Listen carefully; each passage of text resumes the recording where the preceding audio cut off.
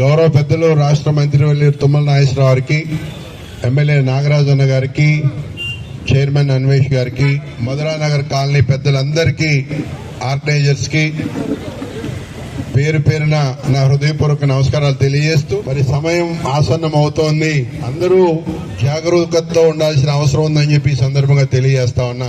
ఈ సందర్భం ఏంటో మీ అందరికీ తెలుసు, ఎలక్షన్ ఎందుకు వచ్చిందో కూడా మీకు తెలుసు.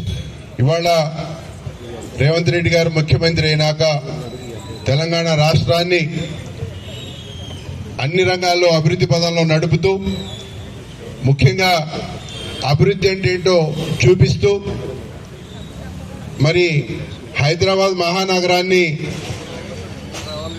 ఒక గ్లోబల్ సిటీగా మార్చాలని, అనేక రకమైన పెట్టుబడులు ఇక్కడ తీసుకొచ్చి మన హైదరాబాద్ ని డెవలప్ చేయడంలో కాంగ్రెస్ పార్టీ నిత్యం ముందుకు సాగుతోందని చెప్పి సందర్భంగా తెలియజేస్తా ఉన్నాను.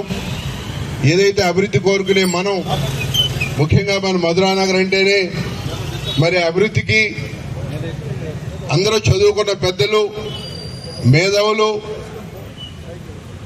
అందరూ కూడా అర్థం చేసుకుని మరి రాబోయే ఎలక్షన్ లో మీ చేతులు అందించాలని చెప్పి మనస్ఫూర్తిగా కోరుకుంటా ఉన్నాను. కాంగ్రెస్ పార్టీ అంటేనే అందరికీ అందుబాటులో ఉండి ఇటు పేద ప్రజలకు సంక్షేమం చేయడంలో కానీ, రాష్ట్రాన్ని అభివృద్ధి చేయడంలో కానీ ప్రతి ఒక్కరికి అందుబాటులో ఉండే పార్టీ కాంగ్రెస్ పార్టీ.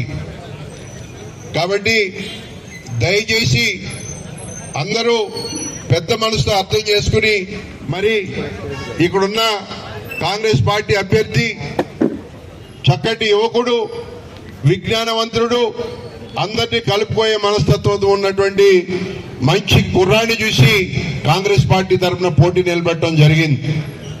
కాబట్టి యోగ్యత గల అభ్యర్థిని మనం మన ఎమ్మెల్యేగా గెలిపించుకుంటే రేపు ఇక్కడ ఉన్న సమస్యలన్నీ పరిష్కారానికి మరి ముఖ్యమంత్రి గారి దృష్టికి కానీ, ది కన్సర్న్ మినిస్టర్స్ దృష్టికి కానీ, కన్సర్న్ డిపార్ట్మెంట్ దృష్టికి కానీ తీసుకెళ్లి చక్కటి అవగాహనతో జూబ్లీహిల్స్ నియోజకవర్గాన్ని అభివృద్ధి చేసుకోవడానికి అవకాశం ఉంటుందని చెప్పి తెలియజేస్తూ, పెద్దలందరినీ కూడా మనసారా నేను కోరుకుంటా ఉన్నా.